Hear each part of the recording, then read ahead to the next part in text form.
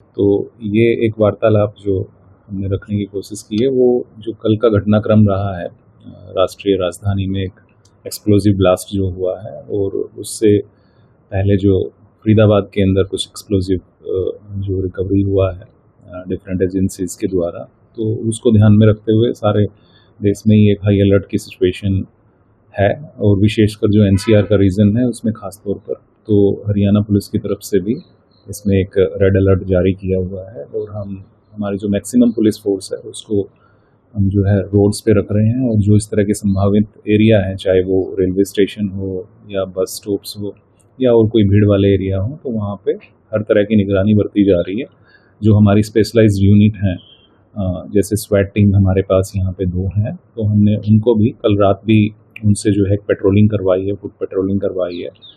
हमारे सारे जो जियो गेजेटेड ऑफिसर्स हैं, मैं भी साथ में, हमने रात में जो है जगह जगह जहाँ हमें कुछ अंदेशा था कि इस तरह का भाई अलर्ट जो है एक विजिबिलिटी पब्लिक के जो है आई साइट में आनी चाहिए, तो वो हमने करी है।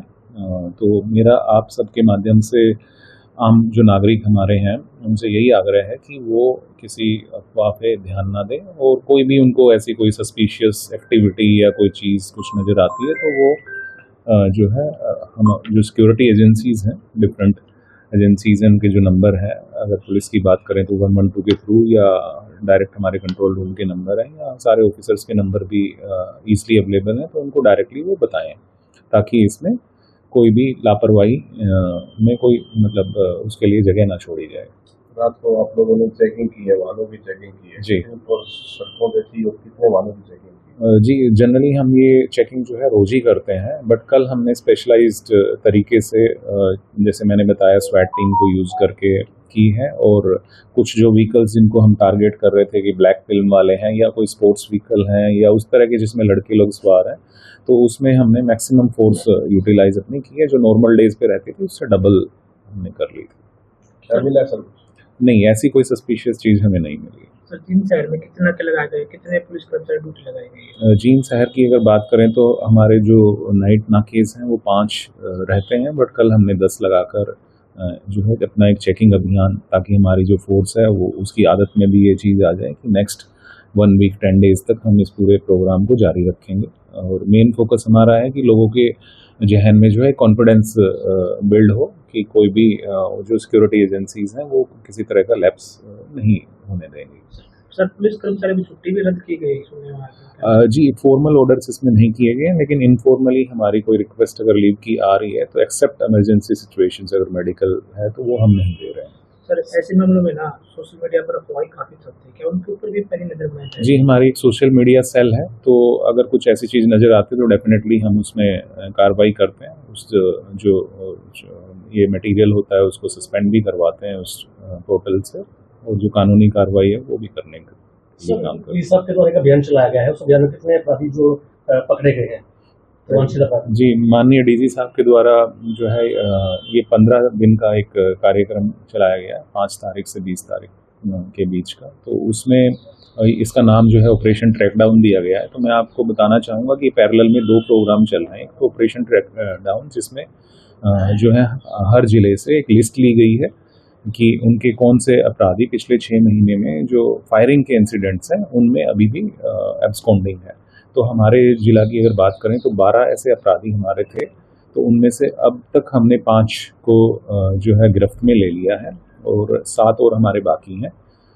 आने वाले दिनों में हम कोशिश ये कर रहे हैं कि 100% इसमें रिजल्ट दें। तो इसके पैरेलल में एक और डीजी सर की तरफ से एक प्रोग्राम चलाया जा रहा है, जिसमें सारे एसएचओ, सारे गेजेटेड ऑफिसर्स, डीएसपीज और इवन एसपी, वो अपनी तरफ से 5-5 तो एसएचओस और बाकी जो जीओस हैं वो 10-10 नाम जो है जिन पे वो टारगेट करेंगे कि वो ऐसे खूंखार अपराधी हैं, वायलेंट क्रिमिनल्स हैं, जिन पे वो विशेष ध्यान रखेंगे, पर्सनल अटेंशन देंगे, तो वो भी बनाया जा रहा है। तो हमारे यहाँ ज्यूरिसडिक्शनल पुलिस स्टेशन 12 हैं, तो इस हिसाब से हमने 60 की लिस्ट बनाई है, और उन्हीं में से फिर जो गेजेटेड ऑफिसर हैं उन्होंने भी वो पर्सनली जो देखेंगे 10-10 क्रिमिनल्स को, उनकी लिस्ट बनाई है। तो उनमें भी हमने काफ़ी सक्सेस अचीव कर ली है ऑलरेडी।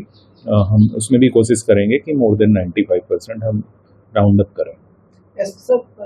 कहना रहेगा कि वीवीआईपी सिक्योरिटी भी इक्वली इम्पोर्टेंट है, लेकिन हम इसमें एक थ्रेट असेसमेंट करके हम ये देखेंगे कि जहाँ ज़्यादा फोर्स डिप्लॉयड है, सपोज अगर कोई कार्यालय ऐसा है जहाँ 10 लोग लगाए गए हैं तो वहाँ उतनी ज़रूरत नहीं है, तो फॉर द टाइम बिंग वहाँ रिड्यूस करके दूसरी जगह थोड़ा सा हाइप करेंगे।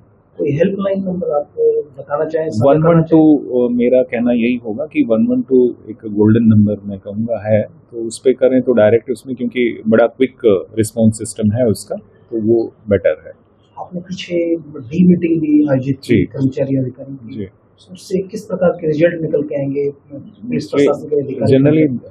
जनरली देखने में यही आता है कि पुलिस जो कर्मचारी हैं उनमें कहीं ना कहीं थोड़ा सा एक मेंटल टेंशन थोड़ा देखने को मिलती है, चाहे वो पारिवारिक और जो प्रोफेशनल लाइफ है उसमें इम्बैलेंस की वजह से हो। तो इस तरह की जो मीटिंग्स होती हैं उनमें उनके जो कुछ इस तरह की समस्याएं होती हैं जिनको आधिकारिक रूप से हम लोकल लेवल पे डील कर सकते हैं, तो वो आती हैं सामने, चाहे वो पुलिस लाइन के क्वार्टर्स में कोई पानी के पीने की समस्या हो, या कोई छोटी मोटी और सिविल प्रशासन से कोई मदद की बात हो, या उनकी कोई और पेंशन रिलेटेड कोई चीज़ें हैं, या परिवार की और कोई समस्याएं, तो वो उठती हैं, तो उनको त्वरित जो है दूर किया जाता है। तो इससे डेफिनेटली एक जो फैमिली में जो एक उनको आराम मिलना चाहिए वो मिलने में उनको सुविधा मिल जाती है। पिछले दिनों एक निजी जो है क्लिनिक संचालक को धमकी मिली है, तो नेता भी है जी। अशोक में, उस मामले की क्या कार्रवाई? हालांकि सुरक्षा है, और हालांकि इसमें अगर पास्ट में आप देखेंगे तो इन्हीं की जो ये संचालक हैं, इनके जो हॉस्पिटल्स हैं, इनसे जुड़े हुए जो दूसरे शख्स हैं उनको भी पहले से सिक्योरिटी मिली हुई है, लेकिन मेरी पर्सनल इसमें जितना हमने इसको देखा है तो इसमें हमने बड़ी एक त्वरित कार्रवाई करते हुए सिक्योरिटी उनको प्रोवाइड कराई, और जो टेक्निकल जो एनालिसिस है वो भी हम कर रहे हैं। हालांकि इसमें आई एम सॉरी, मैं ओपनली मीडिया में ऐसे नहीं उसको इन्वेस्टिगेशन का क्या निकल के आया है वो अभी शेयर नहीं करना चाहता, but we are taking enough care.